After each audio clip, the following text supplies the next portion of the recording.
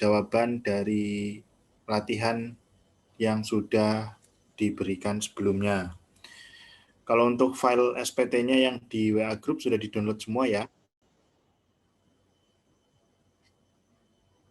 Sudah, Pak. Oke, kita ke soal latihan dulu. Ya, di sini nah, sudah terlihat ya tampilan saya ya. Oke, kita masuk ke soal yang C.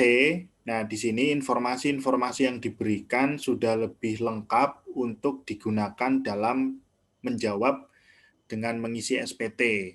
Tapi tetap, ini transaksi-transaksi yang harus dicek dulu, diuji dulu, terkait dengan terutang tidak terutangnya. Karena nanti kalau memang tidak terutang, tidak membuat faktur, maka penempatan angka-angka ini di dalam SPT juga akan tempatnya berbeda. Oke, kita cek dulu dari yang pertama. Menerima pembayaran seluruhnya. Nah, ketika menerima pembayaran seluruhnya, berarti kita harus memposisikan diri untuk memastikan kita sebenarnya sedang berlaku sebagai pihak penjual atau pembeli. Jadi inti pertama dari mengerjakan soal yang jenis seperti ini adalah cek dulu dalam setiap transaksi kita sebagai penjual atau pembeli. Kebetulan kalau misalnya semua soal ini selaku pihak kita adalah sebagai penjual, maka untuk yang soal seperti yang A tadi itu lebih mudah. Tapi kalau misalnya ini soal semuanya tercampur, ada kadang transaksi jual, ada transaksi beli, dan segala macam, maka yang pertama perlu dipastikan adalah kita penjual atau pembeli.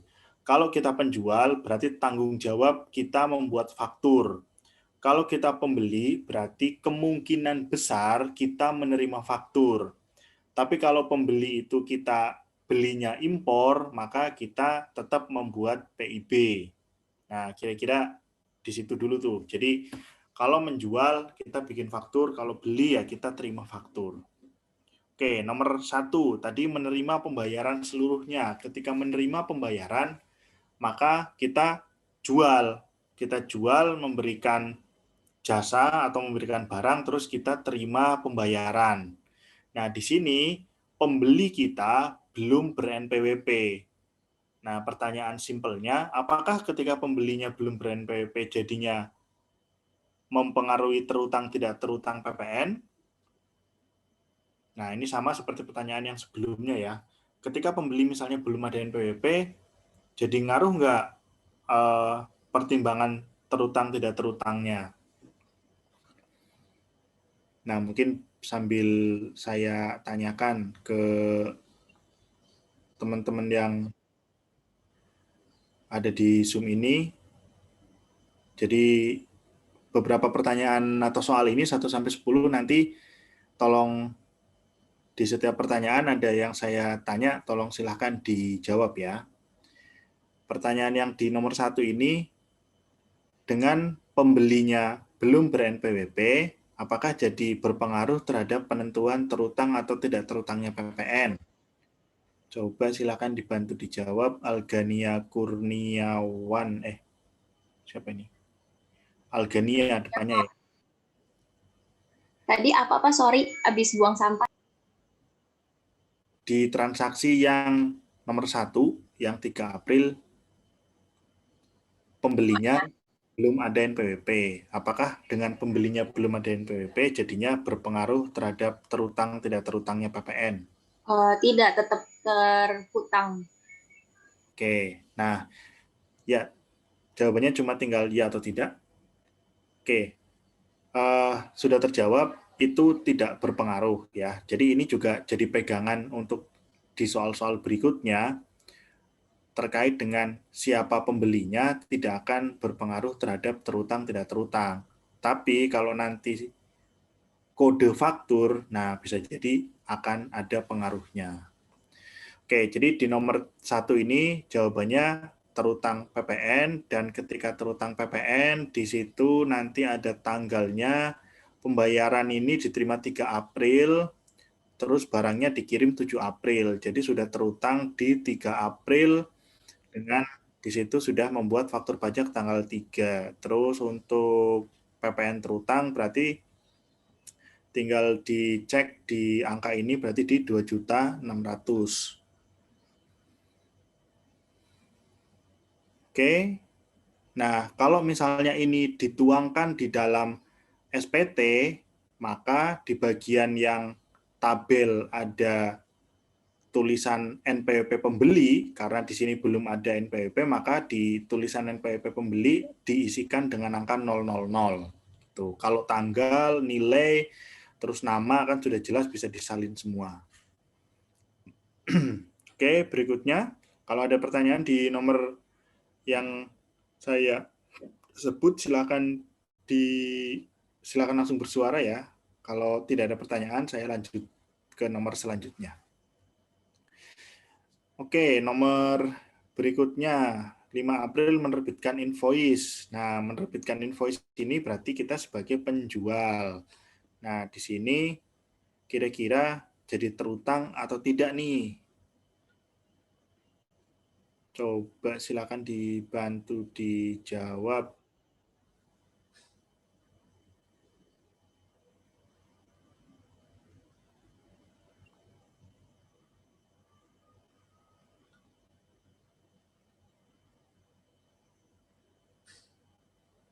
Stella Agatha. Halo ya Pak, yang Ya, nomor 2 ya Pak. betul. Kalau jawaban saya ini terutang PPN. Karena pada saat JKP sudah dilakukan, maka invoice akan langsung diterbitkan. Oke, Saat terutang PPN-nya lanjutannya. adalah pada tanggal 5 April 2017, yaitu pada saat invoice diterbitkan. Besarnya PPN terutang adalah sebesar 990.000. Kode transaksi faktur pajak adalah 01. PPN dipungut oleh PKP penjual. Oke, sebentar, yang tadi nilai PPN-nya berapa?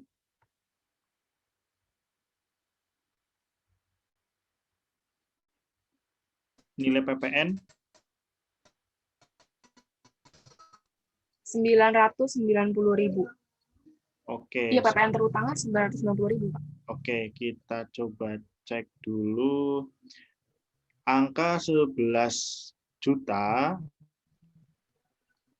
itu di sini belum termasuk diskon 10%. Berarti sebenarnya kan nantinya akan diberikan diskon 10% ya. Nah, diskon 10%-nya dari 11 juta dihitung dulu sehingga nanti dikurangi dengan angka itu. Jadi angka setelah diskon berapa? 9.900.000 ya. 1 juta. Ya, 9.900.000 ya. Baru silahkan dikalikan dengan PPN tarif 10%. Oke, untuk tanggalnya saat terutang dan kodenya sudah. Nah, kalau seperti ini agak sedikit berbeda dengan yang soal nomor pertama karena di sini ada NPWP pembelinya, sehingga penulisan di dalam SPT di bagian kolom pembeli, NPWP pembeli bisa dituliskan dengan lengkap disalin dari nomor yang sudah tersedia di soal. Oke, berikutnya untuk nomor 3. Menerbitkan tagihan. Nah, ini juga sebenarnya sama, kita di sisi sebagai penjual. Nah, berarti terutang tidak terutangnya kita cek, di sini terutang PPN, berarti tinggal masalah kapan terutangnya dan nilainya berapa. Coba silakan dibantu untuk jawab.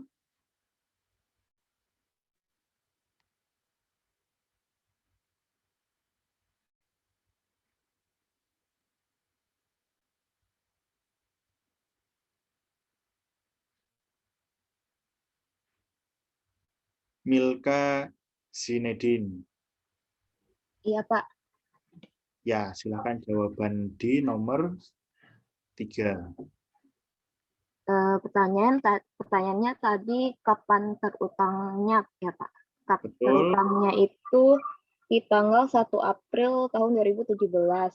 Oke. Jumlah KPN terutangnya sebesar 1.330.000. Oke. Ya, betul ya. Jadi di sini dari tanggal sudah oke, ada 2 tanggal, berarti mau tanggal 1 atau tanggal 6. Nah, tanggal 1 yang dijadikan acuan untuk terutang PPN.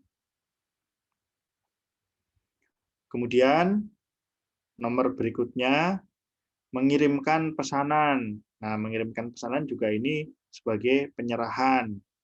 Nah, di sini terutang PPN-nya sudah terlihat bahwa ini terutang PPN. Nah, tinggal hal detail lainnya, coba silakan dibantu menjawab.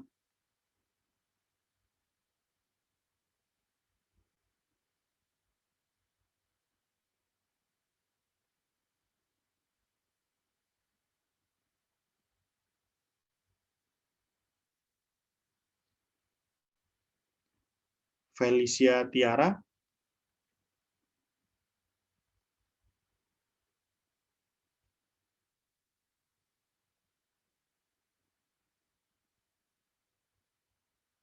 Silahkan.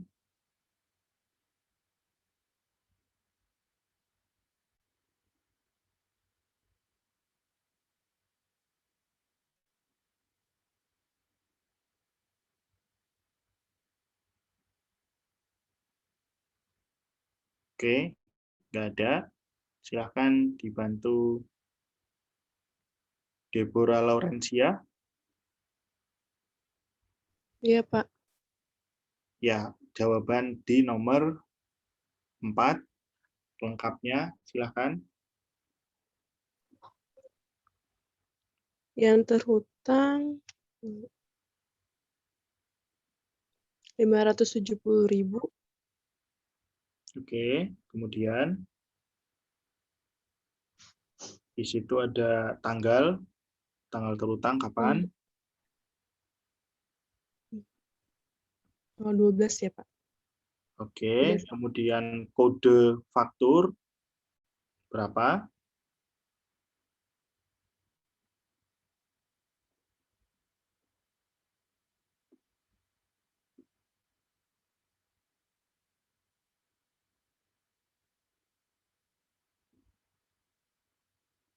Kode faktur dari 01 sampai 09 berapa?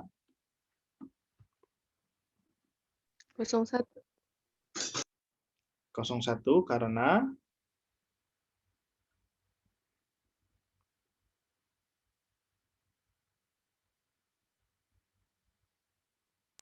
Koperasi. ya koperasi kenapa? Bukan dinasnya. Ya kan berarti masih ada kode yang lain, tapi kenapa kode 01? Kalau dinas kan kode 02, tapi kalau bukan 02 kan belum tentu langsung jadi 01. Nah, kenapa 01 yang dipilih?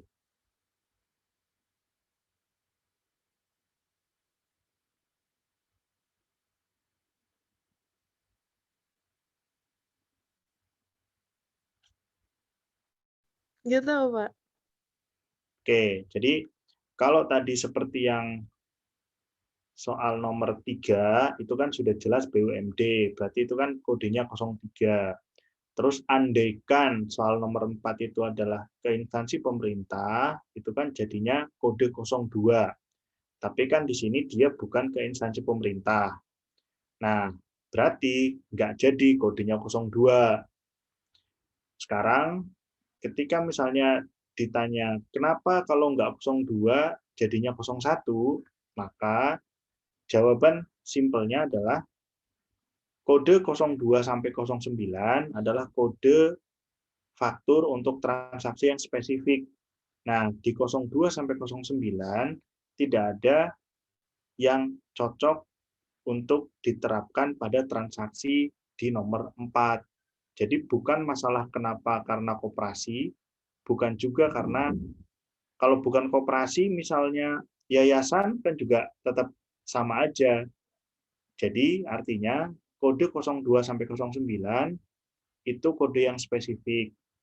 Kalau transaksinya cocok dengan salah satu di antara kode 02 sampai 09, ya silahkan dipakai. Tapi kalau tidak ada yang cocok, maka jadilah kode fakturnya 01. Gitu. Nah, secara pengertian begitu, silahkan kalimatnya dirangkai sendiri. Oke ya. Berikutnya, nomor 5, memberikan sejumlah peralatan sebagai barang konsinyasi.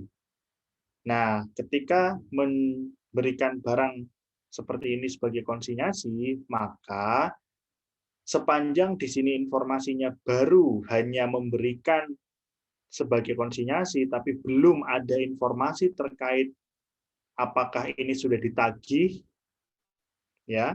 Berarti kan konteksnya sekarang tanggal 15 April barangnya diberikan dulu nih sebagai konsinyasi. Belum ada keterangan lebih lanjut apakah sudah ditagih untuk minta pembayarannya atau belum, apakah sudah laku atau belum, kan tidak ada. Jadi ini baru keterangannya barang diberikan. Nah, dalam konteks tanggal 15 April, sesuai dengan yang sudah diperbarui dalam Undang-Undang Cipta Kerja, maka 15 April ini belum terhutang PPN.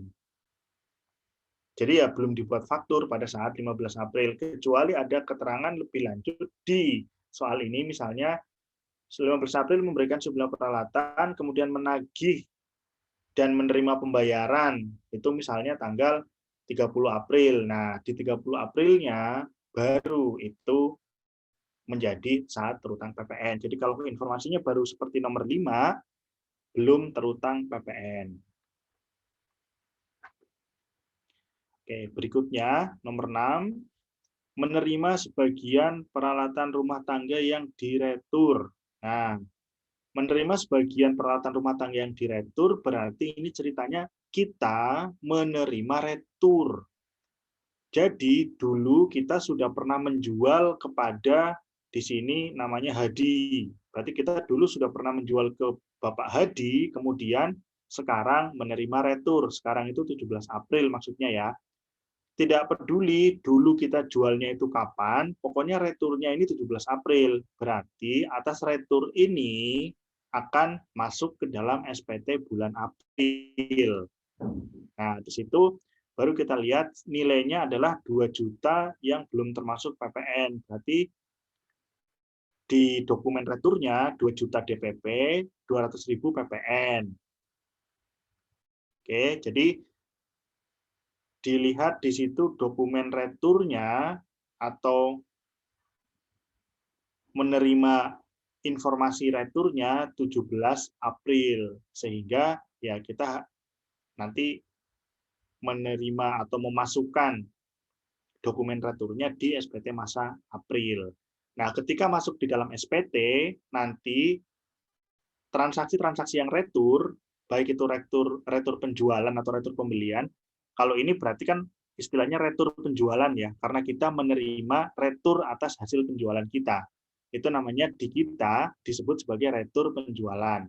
Kalau misalnya kita selaku pembeli, terus kita yang mengembalikan, maka kita melakukan retur pembelian. Nah, retur, baik retur penjualan ataupun pembelian, nanti akan tergabung masuk ke dalam daftar transaksi penjualan ataupun pembelian. Hanya saja ketika menuliskan retur nanti diberikan tanda negatif. Jadi secara simpel kan SPT PPN tadi kan berisi pajak keluaran, berarti penjualan, dan juga berisi pajak masukan atau atas pembelian. Nah, returnya akan nempel di situ. Kalau returnya retur penjualan, ya nempelnya di daftar penjualan. Hanya saja nanti diberikan tanda negatif di angka DPP dan angka PPN-nya. Gitu. Oke, jelas ya?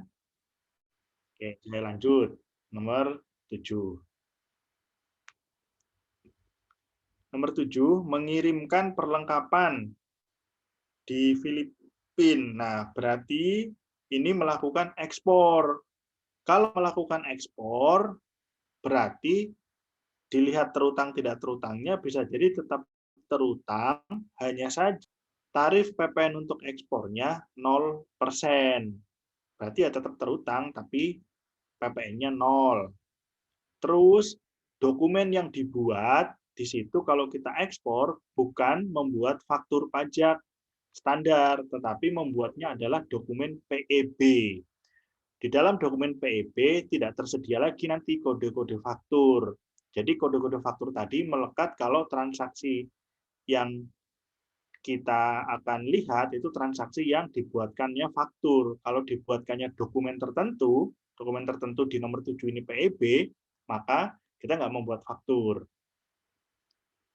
Jadi dokumennya PEB, terus kemudian PPN-nya 0, PPN-nya 0 itu bukan berarti tidak terutang, jadi terutang tapi 0, terus tanggal terutangnya 20 April. Jadi di PPN ini nanti memang kita harus bisa membedakan, terutama nanti di PPNB ya, kita akan membedakan yang pertama berarti tidak terutang, terus kemudian terutang tapi 0, terus kemudian terutang tapi dibebaskan. Nah, itu nanti kita akan ketemu di PPNB. Nah, kita akan membagi benar-benar bagaimana cara membaca dan memperlakukan kondisi-kondisi tadi. Kalau sekarang kan saya baru menampilkan antara terutang dengan tarif yang 10% biasa saja dengan terutang yang 0% untuk ekspor. Tapi nanti di PPNB ada lagi terutang tapi dibebaskan dan seterusnya. Oke, berarti nomor 7 ini ekspor dokumen PEB. Oke, nomor 8. Diterima pembayaran termin ketiga. Nah, termin ketiga ini senilai 9 juta, terus penyerahannya totalnya adalah 36 juta dengan dilakukannya itu perbagian sesuai nilai pembayaran. Berarti transaksi secara total 36 juta, tetapi peralatan-peralatannya diberikan per bagian-bagian dengan nilainya sesuai dengan bagian yang diberikan. Nah, berarti di sini yang perlu dipastikan adalah ketika kita membahas ini terutang tidak terutang, maka clear di sini terutang karena kan subjeknya dari tadi kan subjeknya PKP, terus ini peralatan laundry berarti kan BKP. Nah, kemudian yang perlu dicermati di sini adalah terkait dengan kode faktur. Apakah yakin ini kodenya misalnya 01 atau tidak? Nah, kita lihat di sini. Kegiatan usahanya ini, si koperasi 1 ini, dia kan perdagangan peralatan rumah tangga, peralatan alat tulis kantor, dan jasa laundry. Kemudian di nomor 8, dia menjual peralatan laundry bekas. Berarti peralatan laundry bekas ini adalah aktiva. Kalau aktiva, maka kegiatan di nomor 8 ini akan disebut sebagai kegiatan yang masuk di PPN 16D. Dia menjual aktiva.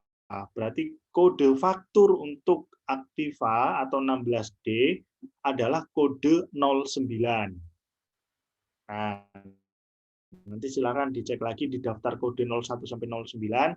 Di kode 09 adalah untuk PPN 16D. Contoh di nomor 8 ini, dia menjual peralatan laundry bekas. Oke, kalau terkait dengan perhitungan PPN-nya tetap sama, DPP-nya sama dengan ketentuan umum, tanggalnya juga sama. Oke, nomor 8 begitu. Nah, nomor 9 ini diperhatikan, ini yang belum saya sampaikan nih di sebelum-sebelumnya. Tolong diperhatikan dan ini jebakannya cukup rumit ya. Dia menjual mobil berjenis sedan, digunakan sebagai kendaraan transportasi, belum memiliki NPWP pembelinya. Nah, kata-kata belum memiliki NPWP bagi si pembeli singkirkan dulu ya. Itu hanya untuk memberikan tambahan kebingungan gitu kan. Karena kan tadi sudah dijawab yang di nomor 1 misalnya, pembelinya belum ber-NPWP nggak ada urusan. Nah, itu singkirkan dulu. Belum memiliki NPWP singkirkan. Kemudian di sini kan menjual mobil berjenis sedan yang sebelumnya digunakan kendaraan transportasi. Berarti Aktiva bukan nih. Yes, ini Aktiva. Berarti ada kemungkinan ini adalah 16D. Mirip-mirip seperti yang nomor 8. Nah, di sini Aktiva 16D, jenis Aktivanya ternyata mobil. Mobilnya sedan. Nah, khusus untuk mobil sedan dan station wagon, khusus untuk dua, dia dibeli sedan dan station wagon, dibelinya jadi Aktiva dengan kita yang membeli bukan bertindak selaku atau menjalankan kegiatan menjual sedan, jual beli kendaraan sedan, ataupun menyewakan sedan, ya, saya ulangi, kalau kita membeli sedan dengan kita, kegiatan usahanya bukan jual beli sedan, atau bukan menyewakan sedan, maka pembelian tadi jadinya kita punya pajak masukan, tapi pajak masukannya tidak dapat dikreditkan. Nah, ketika ternyata sedan sebagai Aktiva ini, itu kita jual, maka jadinya tidak terutang PPN. Oke, jadi di 16D yang perlu diperhatikan adalah kita beli Aktiva, Aktiva itu digunakan untuk kegiatan usaha atau tidak.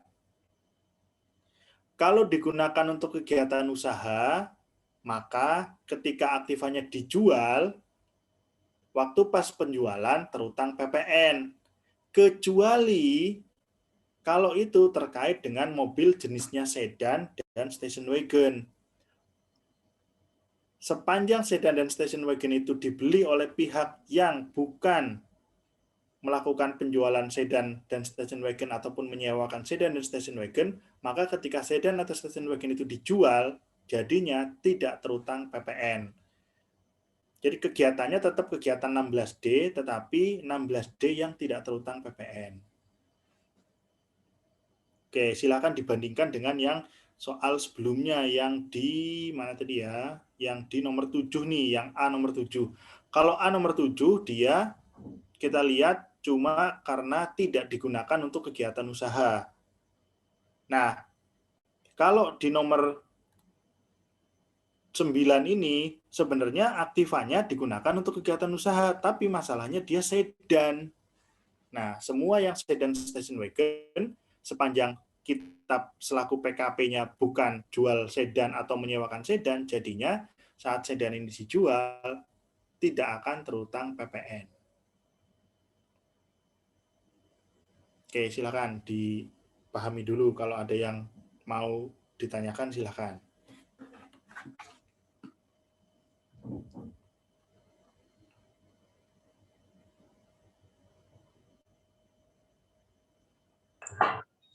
Bapak, Ya. Yang tadi nomor 6 itu jadinya dokumen yang dibuat apa ya, Pak? Oh, nomor 6. Nomor 6 itu dia menerima retur. Kalau menerima retur, dia tidak membuat, maksudnya dia itu kita ya, selaku yang menerima retur, itu tidak membuat dokumen. Dia menerima dokumen nota retur. Jadi, si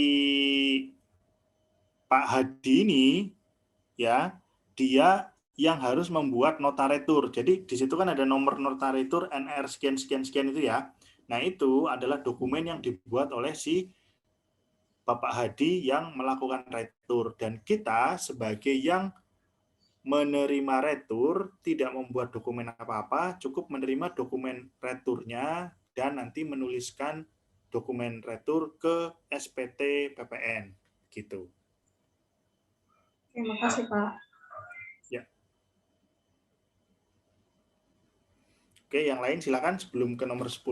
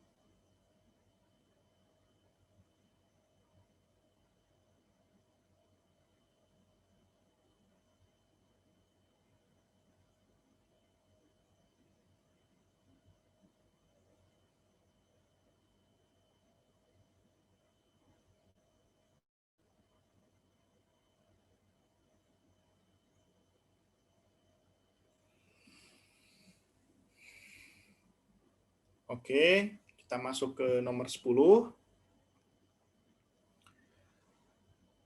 Menyerahkan aktiva. Nah, lagi-lagi berarti ini 16D ya. Menyerahkan aktiva. Senilai sekian, dia tadi aktivanya adalah mobil box kepada PT Baik sebagai jaminan atas hutang usaha yang akan diterima. Nah, di sini berarti yang harus kita cek lagi adalah menyerahkan aktivanya ya, tetapi ternyata dalam rangkanya bukan untuk dijual, tetapi atas jaminan hutang piutang, sehingga ini tidak termasuk ke dalam definisi penyerahan, sehingga tidak terutang PPN. Tapi tidak terutang PPN alasan di nomor 10 dan alasan di nomor 9 itu beda jauh ya. Kalau di nomor 9, transaksi jualnya itu benar-benar terjadi. Si penjual yaitu nanti akan kehilangan aktivanya dan akan menerima uang. Tapi di nomor 10 itu tidak akan kehilangan mobil box kendaraan. Kenapa? Karena hanya untuk jaminan. Artinya kalau hutang usahanya tadi sudah dilunasi, itu mobil kembali lagi. Oke, jadi tidak terutangnya di nomor 9 dan di nomor 10 walaupun sama-sama nyerempet tentang aktiva, tentang 16D, tapi bedanya jauh. Oke, silakan dipahami dulu nomor 9 dan nomor 10.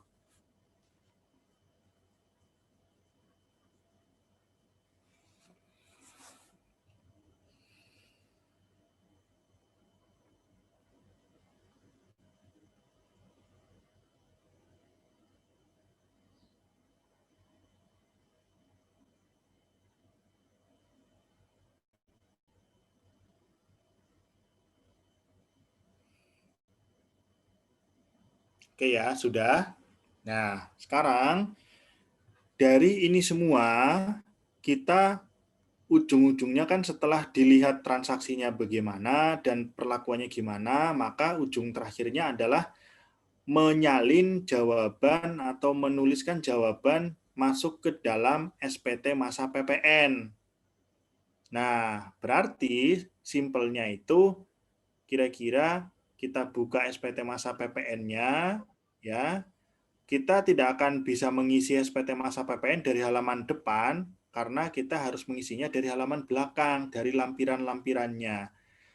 Yang tadi saya sampaikan kan ini lembar halaman induk, kemudian ini halaman AB, ini A1 dan seterusnya. Dimulai dari mana mengisinya? Dari A1 sampai B3.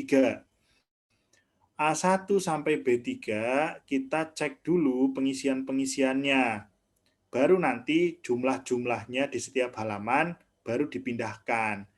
Contoh, di bagian yang formulir A, di sini kan tulisannya untuk daftar ekspor. Berarti semua ekspor-ekspor dimasukkan daftarnya ke sini. Nah, kita cek misalnya sekarang dari soal, di sini kan ada ekspor tadi di nomor 7. Nah, berarti jawaban dari nomor 7 kita harus salin di halaman SPT-nya, pengisiannya di A1. Dari mulai di sini misalnya nama pembelinya. Nama pembelinya berarti ini kan. Nah, misalnya begini. Kita copy atau kita tulis ulang, ditaruh di sini. Terus di sini ada dokumen tertentu. Dokumen tertentu untuk ekspor tadi ada PEB. Nah, ini nomor PEB-nya kita tulis, ditaruh di sini. Kemudian ada tanggal. Tanggal tadi 20 April, terus nilainya 11 juta.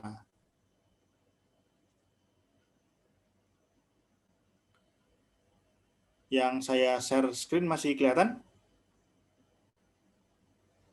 Masih, Pak.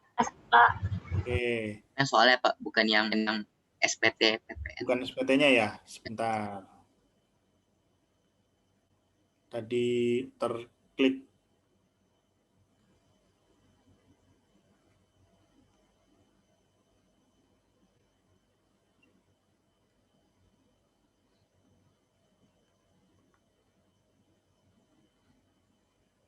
Nah, sekarang SPT-nya sudah ya. Nah, di SPT ini kan tadi kita salin dari soal. Nah, tadi baru menyalin yang nomor PEB. Tanggalnya 20 April ya, kita salin di 20 April di sini.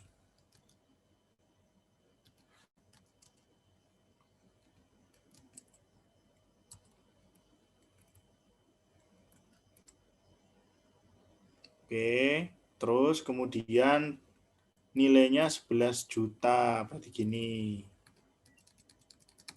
Oke, terus keterangan. Nah, keterangan ini, pengisian keterangan itu kalau untuk lembar A1 dan nanti ada ketemu juga kita dengan lembar B1, itu keterangannya ada 3 pilihan. Ditulisnya BKP atau BKP-TB atau JKP. BKP itu apa? Barang kena pajak. BKP-TB itu apa? Barang kena pajak tidak berwujud. Contoh misalnya paten dan segala macam. JKP itu apa? Jasa kena pajak. Jadi kita harus cek si kita ekspor ini, kita yang melakukan ekspor ini, ekspornya di yang dijual itu apa? Nah, di sini kan dia perlengkapan, berarti BKP. Nah, kalau BKP ya berarti keterangannya ditulis BKP saja. Kalau yang jenis yang lain disesuaikan. Jadi di sini penulisan keterangan itu bisa jadi ada 3 variasi tergantung kondisinya. Oke, nah ini cara menuliskan untuk yang lembar A1. Kemudian di halaman berikutnya A2 di sini digunakan untuk apa? Daftar pajak keluaran atas penyerahan dalam negeri dengan faktur pajak. Berarti di sini ada PK atas penjualan. Nah, kalau PK atas penjualan, contoh di dalam soal misalnya ini yang 3 April. Namanya di sini Samuel, belum ada NPWP. Berarti cara nulisnya di sini gini. Ya, terus ini diisi 00015 kali.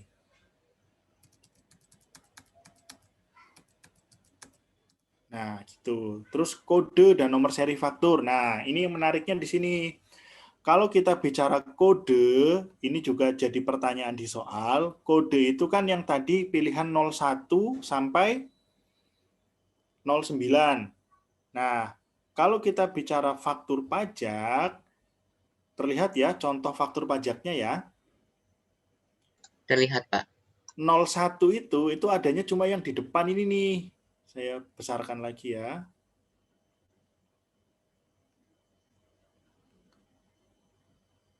Nah, kalau kita bicara 01 itu adanya yang di depan, baru 2 digitnya saja. Sementara digit ketiga adalah kode normal atau pengganti. Dalam konteks ini kalau normal itu ya fakturnya bukan faktur revisi. Ya, jadi kalau faktur yang pertama begini untuk yang transaksi ini misalnya itu berarti ditulisnya 0. Tapi kalau untuk ada revisi, berarti nanti bikin faktur revisian atas faktur ini jadinya 011 gitu. Nah, bagian 3 digit depan ini itu mutlak kita sendiri yang kontrol. 01 apakah 02 ataukah berapapun ya tergantung dari soal atau transaksinya. Nah, berarti kalau transaksinya yang tadi, yang ini, berarti kan ini konteksnya berarti 01. Terus setelah 010, di sini ada nomor lagi sampai belakang. Nomor yang ini sampai belakang itu adalah nomor jatah. Nomor seri faktur atau jatah nomor seri faktur yang kita dapatnya itu dari KPP. Kalau di dalam soal nanti akan disebutkan nomor seri faktur yang diberikan adalah nomor berapa. Nah, ketika tersedia jatah nomor seri faktur, nanti kita gunakan satu persatu. Misalnya, kita sudah dikasih informasi punya jatah nomor seri faktur 032, 16, dan seterusnya. Di sini biasanya dari 36 sampai 40 misalnya. Berarti kan kita punya 5 nomor faktur ya, 3 nomor 032 dan seterusnya belakangnya 36, 032 dan seterusnya belakangnya 37, sampai 40. Nah, berarti kita punya 5 nomor seri faktur untuk 5 transaksi. Nah, itu semua kalau sudah ditulis nanti diisikan di sini. Misalnya tadi jadinya 010, 032 misalnya, terus tadi berapa? 16, 027, 69, 436. Nah, jadinya gini cara nulisnya. Andaikan di soal sudah dituliskan jatah nomor seri faktur. Jadi 010-nya itu tanggung jawab kita yang mengisi, sementara belakangnya menyalin informasi yang tersedia di soal. Kemudian tanggal, di sini tanggalnya di dalam soal tadi, berarti tanggalnya 3 April. Ditulis. Terus DPP-nya tadi di situ adalah 26 juta. Berarti PPN-nya adalah 2.600.000. Terus PPN BM-nya tidak diketahui di soal, berarti tulis 0. Kode nomor seri yang diganti di retur tidak diisi. Nah, kolom paling kanan ini, kalau misalnya ada retur, ada faktur pengganti, ya maka di sini dituliskan returnya, terus di bagian sini ya, di bagian sini dituliskan returnya, terus di bagian sini yang kolom paling kanan dituliskan returnya meretur ke faktur nomor berapa gitu. Jadi contoh untuk yang misalnya nomor 6 nih, menerima sebagian retur. Nah, nomor 6 ini berarti kan ini retur penjualan. Kalau retur penjualan berarti gabung ke halaman pajak keluaran. Oke, berarti di sini nanti akan dituliskan Hadi, terus ada nomor NPWP sekian.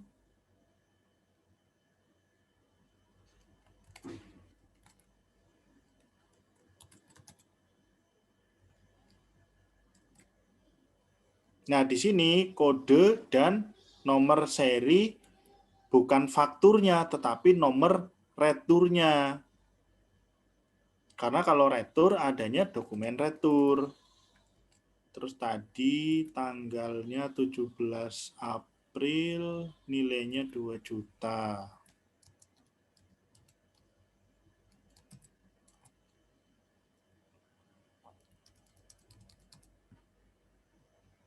Ini 200.000.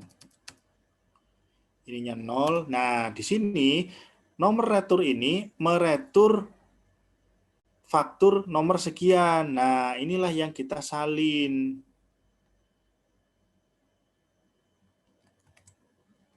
Ditaruhnya di sini. Ditaruhnya di sini. Nah, terus jangan lupa di sini nilainya dikasih tanda negatif. Nah, jadinya gitu. Nah, kalau mencatat retur atas retur penjualan, berarti kita yang menerima returnya itu begini. Kalau mencatat retur pembelian, mirip-mirip begini, tapi di halaman yang berbeda. Oke, itu jadi halaman A2, isinya begitu ya, penjualan dan retur penjualan. Terus berikutnya halaman B sekarang. Nah, halaman B digunakan untuk pajak masukan, berarti impor nih. Pajak masukan dapat dikreditkan impor dari luar daerah pabean. Berarti kalau ada transaksi yang sifatnya impor. Nah, di soal yang ini saya belum berikan transaksi yang impor. Oke, nanti saya berikan contoh. Sebentar, contohnya tadi. Nah, contohnya ini misalnya. Ini transaksi-transaksi yang terkait dengan pembelian atau ada pajak masukan. Contoh silakan lihat di ini nih yang tanggal nomor 3 yang 13 April. Nah, ketika misalnya kita ketemu dengan transaksi yang begini, dia akan impor. Terus yang diimpor adalah alat laundry. Nah, kalau yang diimpor alat laundry berarti digunakan sehubungan dengan kegiatan usaha. Berarti impornya dapat dikreditkan. Ketika impornya dapat dikreditkan, berarti cocok dengan judul ini. Di sini kan pajak masukan yang dapat dikreditkan atas impor. Nah, berarti cocok dengan contoh yang nomor 3. Ini soal yang sedang saya coret-coret ini belum saya kirim ya. Tapi contohnya adalah seperti ini. Terus kemudian di sini ada nilai CIF, ada juga bea masuk, ada juga PPNBM. Di sini tidak disebutkan PPN-nya berapa karena tarif PPN itu sudah pasti akan 10%, sedangkan tarif untuk bea masuk itu bisa beda-beda. Tarif untuk PPNBM juga bisa beda-beda. Sehingga di sini disebutkan, tapi kalau untuk PPN-nya, kalau dilihat di sini impornya impor begini, ya sudah pasti terutang PPN, berarti sudah pasti nanti tarif PPN-nya 10%. Nah, berarti sekarang tinggal ngitung gimana PPN-nya. Nah, gimana PPN ketika impor itu kemarin sudah sempat saya sampaikan ketika membahas tentang DPP nilai impor. DPP nilai impor itu adalah semua ongkos di sini berarti diwujudkan dalam CIF ya. CIF ini cost, insurance, dan freight. Ini berarti yang pertama langkahnya adalah CIF ini karena masih US berarti dikonversikan dulu menjadi rupiah. Nah, setelah jadi rupiah, maka angkanya dikalikan dengan 20% untuk mencari bea masuk. Jadi ongkosnya berapa, terus bea masuknya berapa, ketemu. Setelah ketemu, maka angka ini rupiahnya ditambah dengan bea masuknya 20% dijumlahkan. Nah, disitulah ketemu DPP untuk menghitung PPN. Jadi gampangnya misalnya, biar angkanya gampang ya, misalnya CIF-nya itu adalah $10. Kemudian kursnya itu misalnya 10.000. Berarti kan 10.000 dikalikan $10. Berarti jadinya 100.000. Nah, 100.000 baru ketemu CIF rupiah. CIF rupiah 100.000. Bea masuknya 20%. Berarti angka bea masuk adalah 20.000. Nah, berarti CIF-nya 100.000 ditambah bea masuk 20.000 menjadi 120.000. 120.000 dikalikan dengan PPN 10%. Berarti PPN-nya adalah 12.000. Karena kan tadi 120.000. Jadinya PPN 10%-nya 12.000.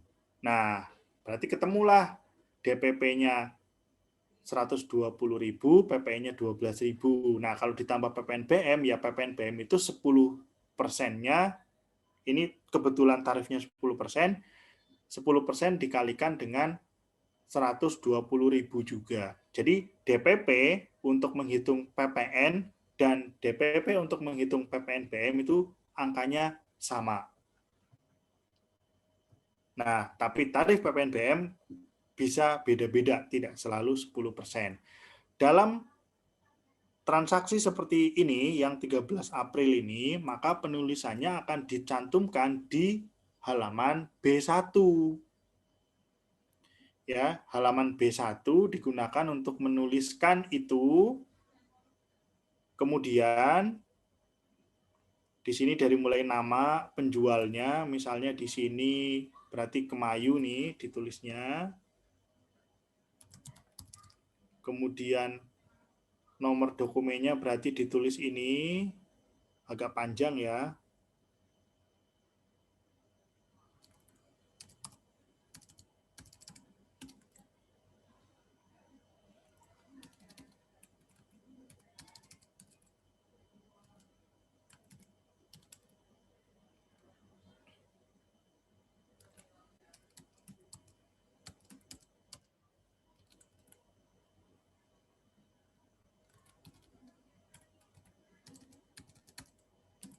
Nah, begini, terus tadi tanggalnya 13 April.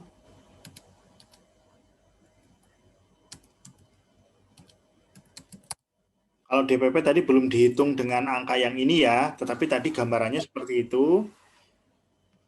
Terus nanti PP-nya berapa, PPNBM-nya berapa, terus keterangannya di sini berarti ditulis seperti yang tadi di halaman A1 ditulisnya adalah BKP gitu. Atau barang kena pajak.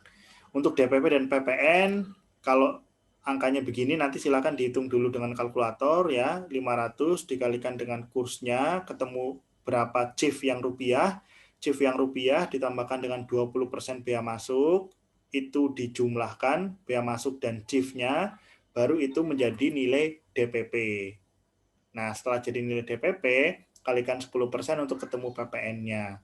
Terus kebetulan tadi nilai tarif PPNBM 10%, berarti 10% dikalikan DPP ini juga untuk menghitung PPNBM. Nah, untuk dituliskannya di B1 seperti itu. Kemudian untuk misalnya di B2. Nah, B2 di sini judulnya adalah daftar pajak masukan yang dapat dikreditkan, berarti pembelian dapat dikreditkan ya, atas perolehan dalam negeri. Berarti pembeliannya contoh misalnya yang ini 2 April. Yang 2 April misalnya dia kan menerima dari supplier, berarti kan dia beli ya. NPWP lawan transaksinya ada ya. Terus kemudian ini barangnya juga sudah jelas, terus ada nilainya sekian. Nah, yang paling penting adalah kita menerima faktur karena kita sebagai pembeli bukan menerbitkan. Kalau menerima faktur ya berarti harus ada nomor fakturnya, sudah lengkap, terus ada tanggalnya juga. Nah, ini yang dituliskan di B2. Di sini nama penjualnya tadi misalnya CV Anugrah.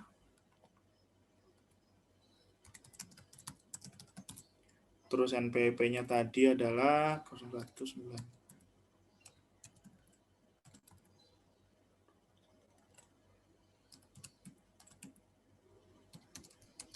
Gini. Terus kode nomor seri faktur tadi sudah tersedia, tinggal disalin.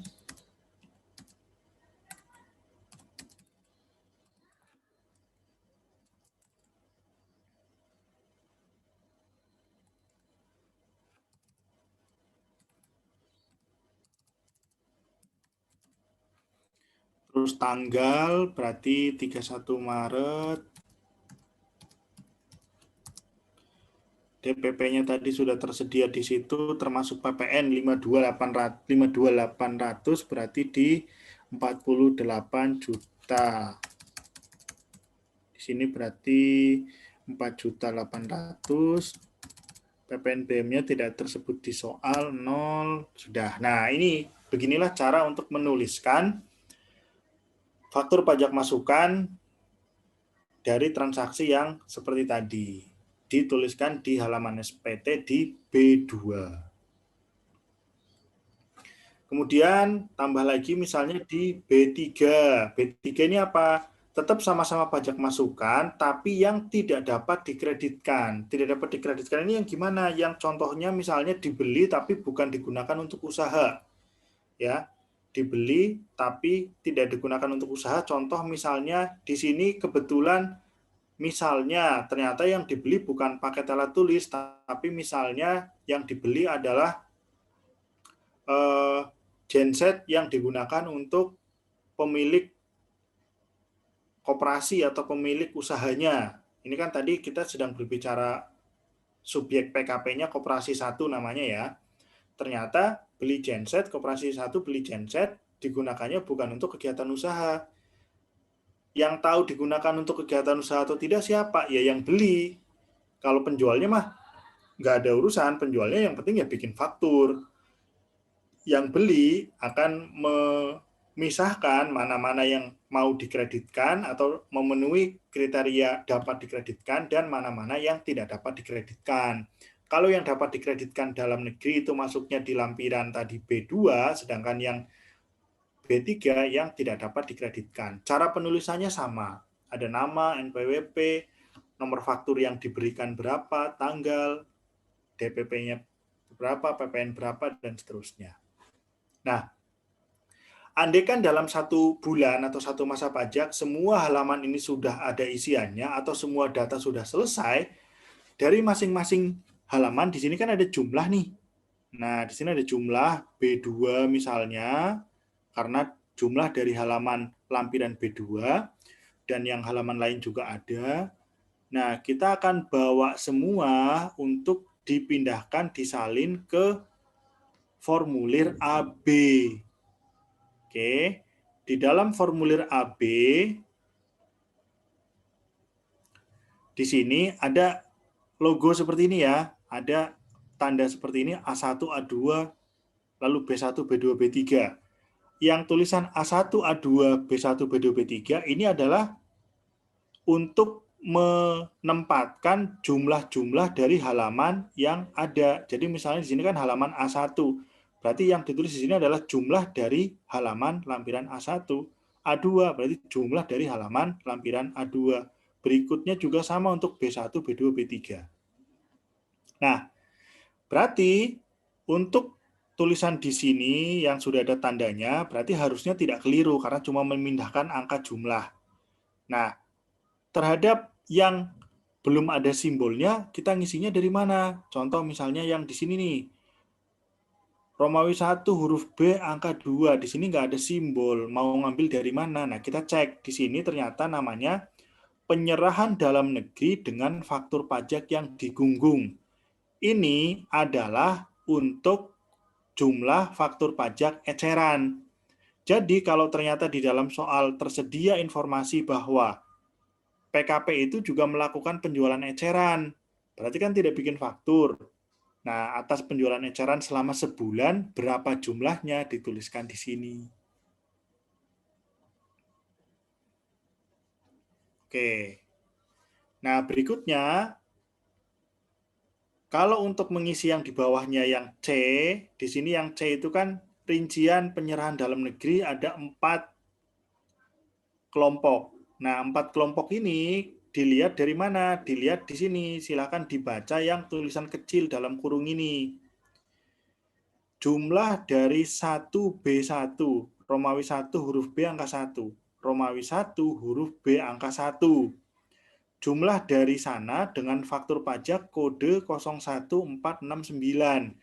Berarti yang tadi masuk di angka ini, kita harus pisahkan yang kode fakturnya depannya itu 01, 04, 06, 09, angkanya ditaruh lagi di sini.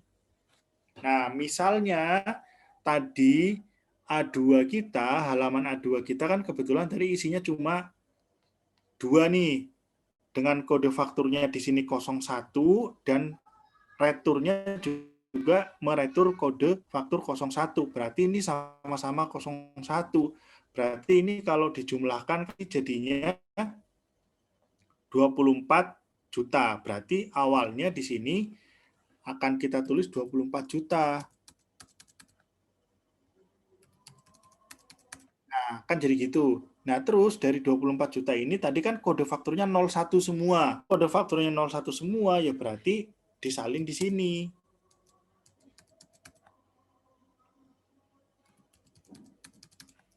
Kebetulan tadi cuma ada dua faktur atau 2 data yang isinya adalah 01 semua. Maka jadinya angka 24 juta ya di sini juga pindah atau disalin ulang.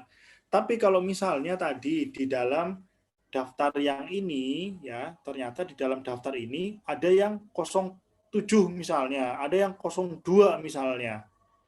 Berarti di sini 0203 itu masuknya di nomor yang 2. 07 masuknya di nomor yang 3. 08 masuknya di nomor yang 4. Nah, jadi tergantung. Kalau persebaran faktur pajaknya kodenya bervariasi, maka isian angka 1, 2, 3, 4 itu bisa terisi semua. Tapi kalau tadi contohnya adalah cuma kode 01 saja. Sehingga kalau 01 saja ya, berarti apa yang diisikan di jumlah total ini akan sama dengan yang di sini. karena sama-sama 01 semua. Oke, berarti sudah selesai nih 2, 3, dan 4-nya jadinya nggak ada isinya karena nggak ada faktor 02, nggak ada faktor 07, 08. Terus di sini tadi yang B1, B2, B3 disalin jumlahnya. Ketika sudah disalin jumlahnya, nanti tinggal diikuti di bagian bawahnya. Di sini kan ada pajak masukan yang dapat dikreditkan dijumlahkan dari Romawi 2 huruf A dan Romawi 2 huruf B. Romawi 2 huruf A dan Romawi 2 huruf B. Nah, berarti tinggal diikuti terus ini.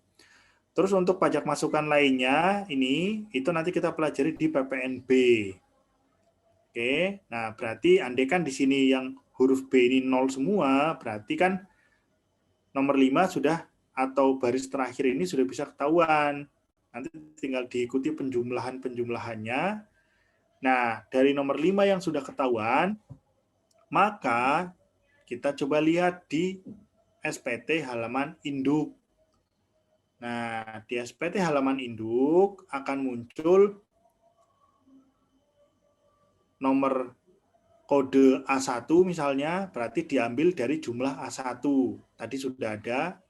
Terus ada kode 1, 2, 3, 4, berarti diambil dari yang 1, 2, 3, 4 yang berasal dari lampiran AB.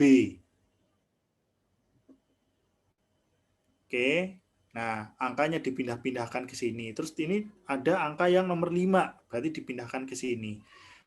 Terus di sini juga diikuti penjumlahan-penjumlahannya. Angka satunya diambil dari jumlah angka 1, terus nanti ini ada penjumlahan-penjumlahan diikuti. Nah, mengikuti penjumlahan-penjumlahan ini ya harus teliti. Kalau kita mengerjakan manual seperti ini dengan menuliskan angka, memang harus teliti mengikuti step by step-nya. Yang dijumlah yang mana, dibaca tulisan kecil-kecilnya. Tapi kalau kita sudah nanti menggunakan aplikasi, maka penjumlahan-penjumlahan sudah langsung terjumlah secara otomatis. Oke, nah jadi kira-kira begini untuk pengisian SPT massal. Silakan kalau ada yang mau bertanya.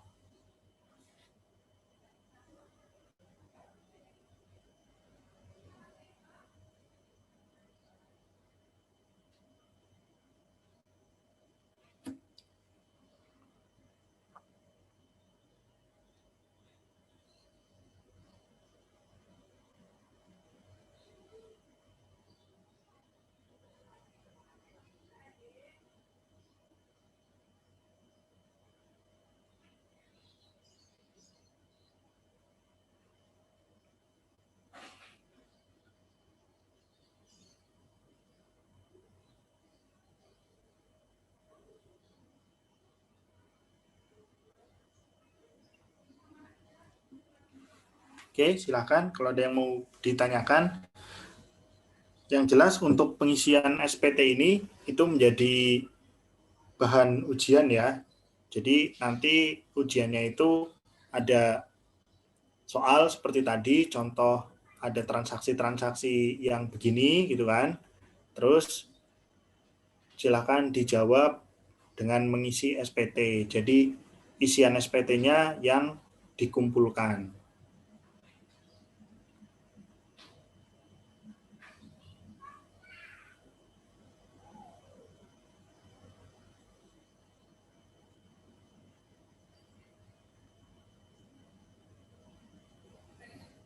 Oke, silahkan kalau ada yang mau ditanyakan.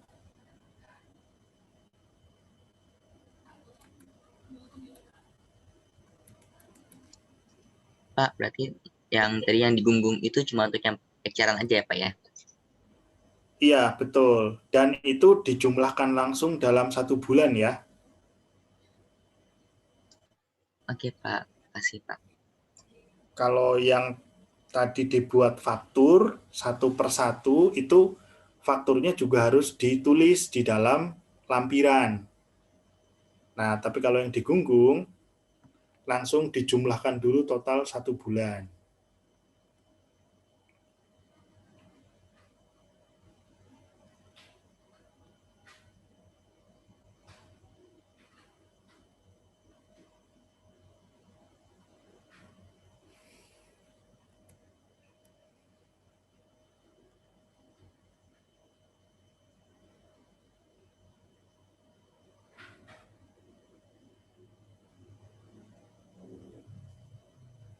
Oke, silahkan saya berikan kuis dulu. Silahkan nanti cek di chat box Zoom-nya. Ya, saya berikan kuis. Silahkan nanti dijawab sama seperti yang sebelum-sebelumnya, dijawab singkat, kemudian disubmit terkait dengan SPT masa PPN. Saya sudah kirim linknya, silahkan. Saya tunggu jawabannya sampai 12.30 ya. Nanti 12.30 kita bahas jawaban dari pertanyaan yang ada di kuis ini. Oke, silakan. Saya tunggu untuk di-submit jawabannya. Jika ada yang silahkan dilihat dan nanti dibaca judul-judulnya. Jadi sebelum masuk ke dalam isi SPT-nya, silakan dilihat judul-judulnya. Seperti contoh misalnya ketika kita membuka halaman seperti ini, berarti ini halaman paling depan, formulir 1111 induk. Nah, terus kemudian ketika masuk ke sini, ada di bagian kanan atas, formulir 1111 AB. Ini judulnya digunakan untuk rekapitulasi penyerahan dan perolehan. Nah, kurang lebih kalau dari judulnya begitu. Judulnya ini akan menentukan isiannya itu apa. Seperti tadi misalnya ketika judulnya ekspor ya berarti berisi tabel terkait data-data ekspor.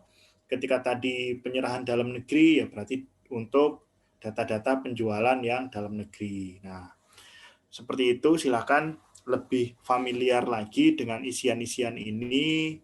Jalur angkanya dari mana, ditulisnya yang pertama, terus pindah kemana, dan akhirnya ada di mana. Nah, itu silakan nanti dicek kembali. Oke, dari pengisian SPT PPN ini, karena ini sebagai bahan untuk ujian, silakan kalau ada yang mau ditanya. Bapak ada contoh yang SPT-nya udah keisi full nggak? Oh, kalau contoh yang sudah full, belum saya keluarkan ya. Jadi, Oke, Pak. prosesnya tadi saya tunjukkan yang begini dulu kira-kira nih, ya, ceritanya begini. Nah, nanti terkait dengan isi yang sudah full, nanti setelah ini saya akan berikan sejenis soal yang informasinya sudah full. Jadi kan kalau tadi kan soalnya itu ada yang jadi masih kosong nih, misalnya untuk nulis ini gitu kan. Nulis apa tadi, identitas itu kan ada yang masih kosong soalnya, kode nomor seri fakturnya kan juga masih kosong. Nah, nanti setelah ini saya akan berikan soal yang isinya lebih lengkap. Sebagian transaksi itu tetap mengambil dari soal yang kemarin dikerjakan. Jadi, soal yang kemarin dikerjakan, informasi di dalam soal saya tambahkan, transaksi yang disediakan di soal juga variasinya saya tambahkan sedikit. Untuk setelah ini, silahkan dicoba dijawab sendiri dengan menjawabnya melalui pengisian SPT seperti ini. Nah, nanti kalau sudah di sesi 3, saya akan bahas bagaimana jawaban benarnya atau saya tunjukkan SPT yang sudah terisi sesuai dengan soal yang disediakan gitu.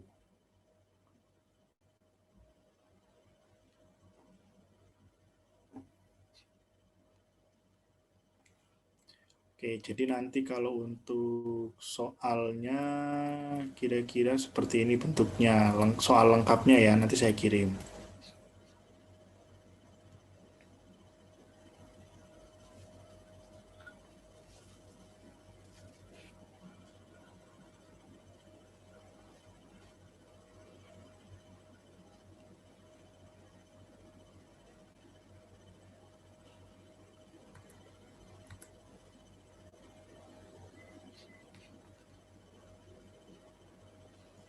Nah, sudah terlihat ya.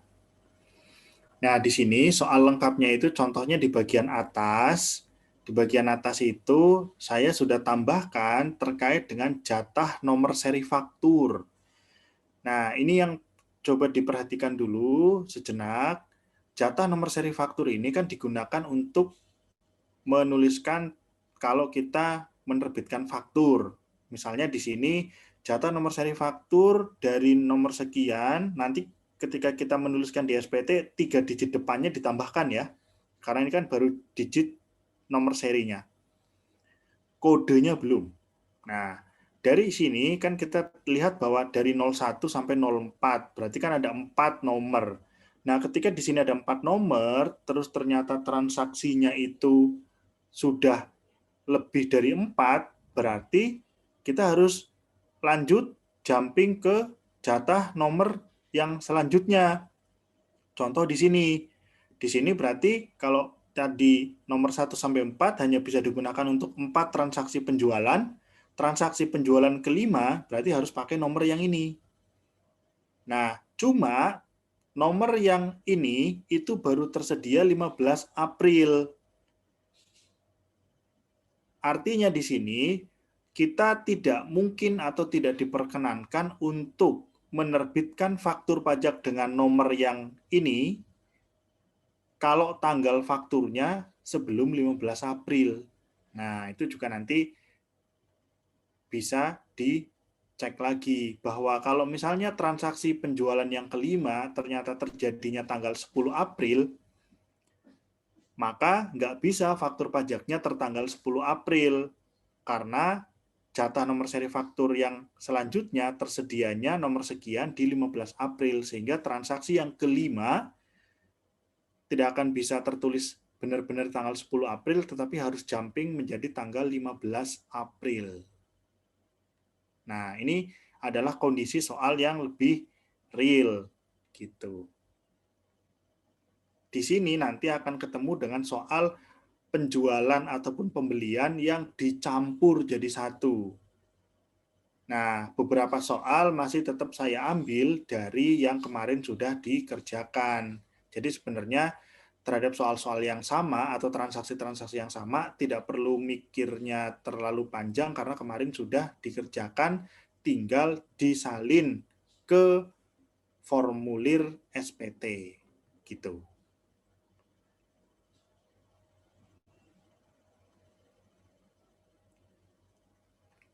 Oke, nanti ini soal saya akan kirimkan.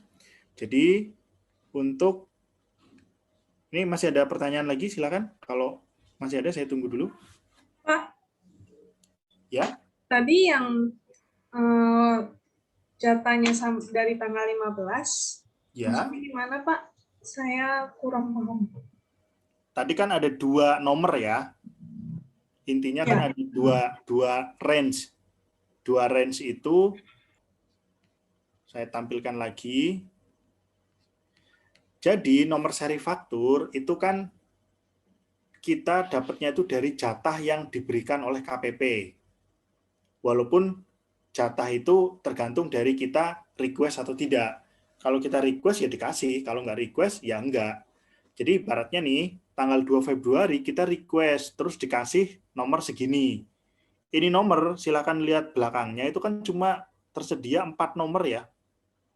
Berarti ini cuma bisa digunakan untuk 4 kali membuat faktur keluaran. Nah, terus kalau misalnya kita sudah sampai transaksi faktur keluaran yang kelima, kan nggak bisa pakai nomor ini, nomornya udah habis. Ya, berarti jumping, ganti, pindah ke range yang selanjutnya. Nah, range yang selanjutnya, nomor sekian, 44-59, selain kita nanti pakai nomornya, kita juga mesti cek available-nya mulai dari kapan. Di sini available-nya mulai dari tanggal 15 April. Kalau misalnya yang terjadi, transaksi penjualan yang kelima terjadinya tanggal 10 April, gimana cara bikin fakturnya? Jadinya nggak bisa. Nggak bisa itu maksudnya nggak bisa membuat faktur dengan benar. Jadinya adalah kalau transaksi kelimanya tanggal 10 April, nomor fakturnya menggunakan nomor range yang selanjutnya yang ini, tanggalnya nggak bisa ditulis tanggal faktur 10 April, tetapi harus ditulis tanggal faktur 15 April, karena nomor yang digunakan ini baru available tanggal 15 April. Kenapa kok begitu? Katakanlah kondisinya tanggal 10 April memang lupa untuk minta request jatah nomor seri faktur, baru ingat untuk request nomor seri faktur tanggal 15, padahal transaksinya sudah terjadi dari tanggal 10. Mungkin nggak kejadian seperti itu? Ya banyak, namanya orang lupa. Terus kalau lupa begitu, efeknya gimana? Efeknya terhadap transaksi yang kelima yang tadi terjadinya 10 April, karena baru bisa dibuat faktur yang tanggalnya 15 April, jadinya faktur tadi terlambat diterbitkan. Nanti resiko si penjual atau si penerbitnya kena sanksi administrasi pasal 14 ayat 4 yang sudah direvisi dengan Undang-Undang Cipta Kerja, besar tarif sanksinya 1% dari DPP. Tapi fakturnya ya tetap harus diterbitkan. Kenapa? Pembelinya nungguin fakturnya. Di sisi pembeli ya tetap bisa menggunakan faktur itu. Seperti yang tadi di sesi awal sempat ditanya, penjualnya terlambat, pembelinya terus gimana? Nah, itu kan korelasinya jadinya ke sana. Oke, sudah cukup jelas? Jelas, Pak. Kasih. Oke. Silakan, ada lagi yang mau ditanya? Pak, mau nanya, Pak. Ya. Berarti kalau misalnya seandainya tadinya 10 April itu, terus udah habis, jatuh yang keempatnya berarti ada kelima. Nanti pas mau nerbitinnya itu tanggalnya boleh disamain 15 April semua dong, Pak? Bukan disamain ya, ya tergantung dari saat terutangnya. Kalau misalnya saat terutangnya sebelum 15 April, kan jadinya mau tidak mau tetap ditanggali 15 April kan. Tapi kalau ternyata transaksinya yang selanjutnya 16 April, ya 16 April tetap.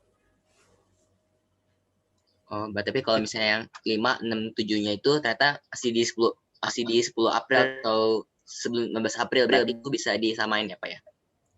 Ya, bisa disamakan menjadi 15 April dari konteks membuat fakturnya bisa, karena memang bisanya cuma begitu.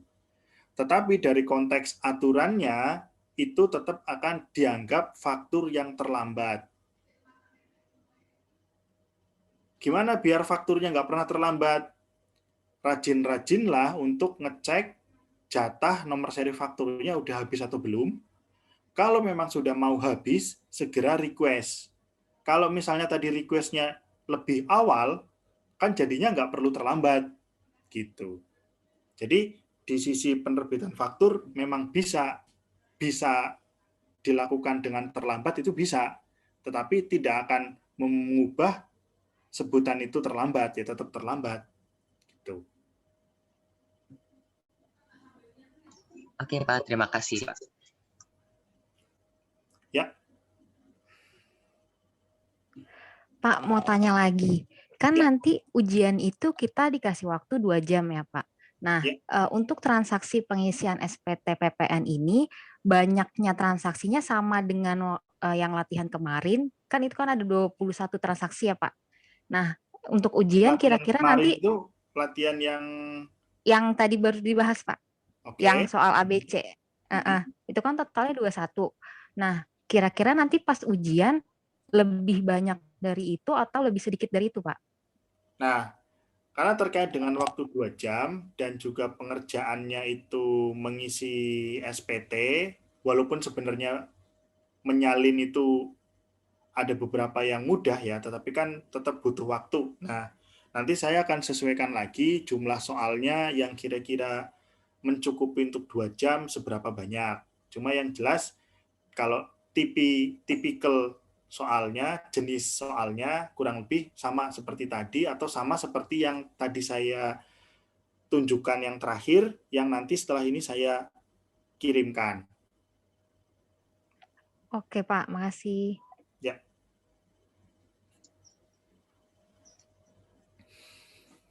Pak mau tanya. Ya. Yang terkait tadi faktur pajak yang baru diminta tanggal 15. Kan Data nomornya. Data nomornya. Faktur pajak baru boleh dibuka mengenai undang-undang hak cipta yang baru itu.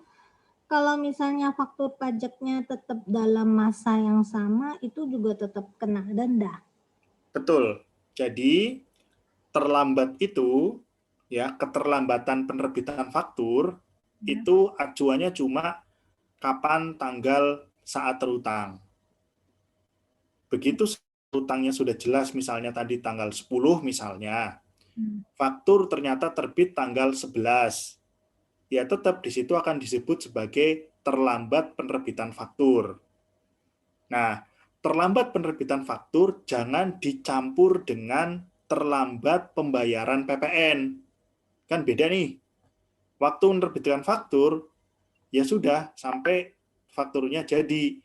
Tapi kalau pembayaran PPN, itu kan kalau misalnya nanti sudah jadi SPT, ya SPT-nya misalnya bulan April misalnya, SPT masa April kurang bayar.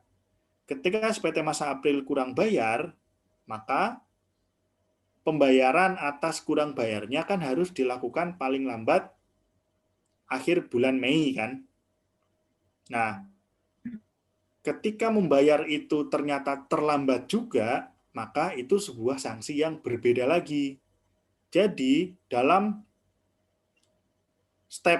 semua step dari awal sampai akhir terkait PPN, ada beberapa resiko yang bisa jadi itu akan berulang dan beda-beda. Contoh misalnya, bikin faktur terlambat ada resiko sanksi. Itu waktu bikin fakturnya. Terus waktu jadi SPT, lapor SPT terlambat, ada sanksi keterlambatan lapornya. Lalu SPT-nya ternyata kurang bayar dan pembayarnya terlambat, ada sanksi bunga keterlambatan bayarnya. Nah, itu beda-beda sendiri-sendiri, ada masing-masing. Di sisi lain, terkait dengan sanksi, itu pembayaran sanksi itu tidak dilakukan dengan kita inisiatif sendiri. Beda dengan pembayaran SPT. Kalau pembayaran SPT kurang bayar kan ya memang kita bayar dulu baru lapor. Tapi kalau ada sanksi entah itu yang jenis manapun, sanksi itu harus diterbitkan dalam produk hukum. Misalnya KPP menerbitkan dulu STP, KPP menerbitkan dulu SKP, KB misalnya. Nah, itu kan surat yang digunakan untuk menagih terkait dengan pokok pajak yang memang kurang, kalau memang ada pokok yang belum dibayar, dan sanksi berupa denda ataupun bunga. Walaupun kita sudah jelas keliru, tetapi kita tidak pernah menerima STP atas sanksi tersebut, maka kita tidak perlu membayar apapun.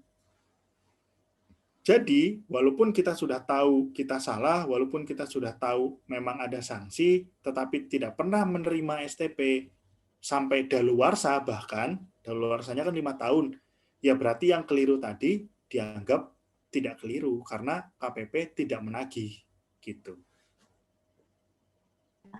Pak, kalau yang tadi 1% itu dari DPP per bulan atau per apa, Pak? Nah, sanksi itu dibagi jadi 2. Sanksi administrasi dibagi jadi 2, yaitu yang pertama sanksi bunga dan yang kedua sanksi denda. Sanksi bunga secara umum melekatnya kalau ada keterlambatan pembayaran. Contoh, kurang bayarnya terlambat. Dapat sanksinya sanksi bunga. Kalau bicara sanksi bunga, nanti ada faktor pengali berupa jumlah bulan. Jadi kalau pembayarannya terlambat, ini bicaranya pembayaran ya, pembayarannya terlambat, dapatnya sanksi bunga, nanti berarti mau 1 bulan, 2 bulan, 3 bulan akan nambah terus. Di sisi lain, yang kedua ada jenis sanksi denda. Sanksi denda ini melekatnya ke hal-hal yang sifatnya dokumen administrasi seperti pelaporan SPT, penerbitan faktur. Nah, itu terlambatnya menjadi sanksinya denda. Sanksi denda itu hanya muncul satu kali, tidak akan berbeda ketika bulannya banyak.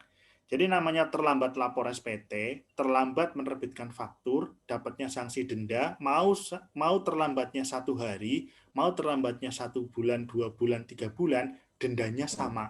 Nah, itu 2 hal terkait sanksi bunga dan sanksi denda. Itu detailnya di KUP ya, karena kan referensinya kalau mengatur masalah sanksi, semua jenis sanksi itu di KUP. Tetapi kalau mengatur PPN-nya gimana, itu adanya di Undang-Undang PPN. Nah, jadi perbedaannya di situ.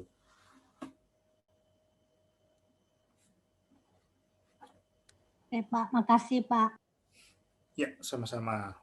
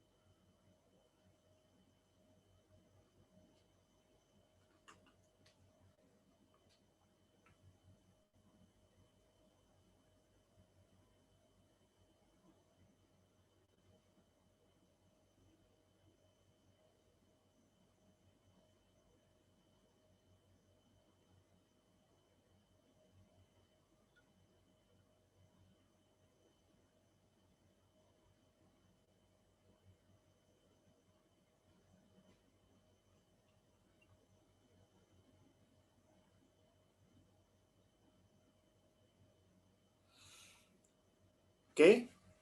Nah, jika sudah tidak ada pertanyaan, untuk sesi kedua ya, kita bisa akhiri. Untuk sesi ketiganya, jadi saya nanti akan kirimkan soal yang tadi sempat saya tunjukkan, yang silakan dibuat atau diisikan dalam jawaban SPT. Nah, nanti kita akan ketemu lagi di jam 3 untuk membahas jawaban dari pengisian SPT-nya. Jadi, soal tadi silakan dicoba dikerjakan sendiri ya. Hasil jawaban pengisian SPT-nya silakan disimpan sendiri dulu, silakan dicoba dulu. Nanti di jam 3 kita ketemu lagi untuk membahas jawaban benarnya atau sekaligus saya tunjukkan pengisian SPT yang lengkapnya seperti apa. Gitu. Silakan, ada usulan lain silakan kalau ada.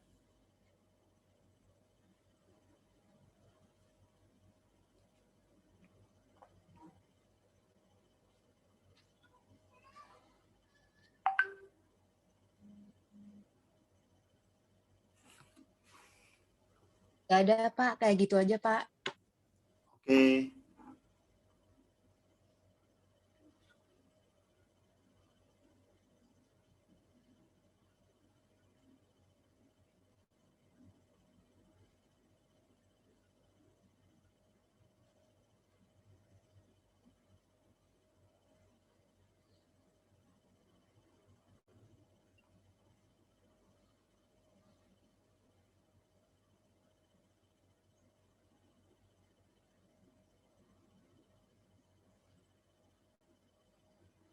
Boleh pakai tadi, Pak. Oke, ya sudah, berarti seperti itu ya. Nanti soal yang tadi saya kirimkan di WA Group, nanti silakan dibuka, dicek, terus dicoba dijawab pengisian SPT-nya, karena kalau menjawab aspek PPN-nya itu di soal kemarin juga sebenarnya sudah dilakukan, jadi boleh dibilang sekarang menyalin ke SPT-nya sesuai dengan simulasi yang tadi saya sempat jelaskan. Nah, nanti jam 3 kita masuk lagi, kita akan bahas jawaban lengkapnya. Oke, seperti itu saja. Terima kasih. Sampai ketemu di jam 3 ya. Oke, Pak. Oke, Pak. Ya, oke. Selamat siang. Makasih.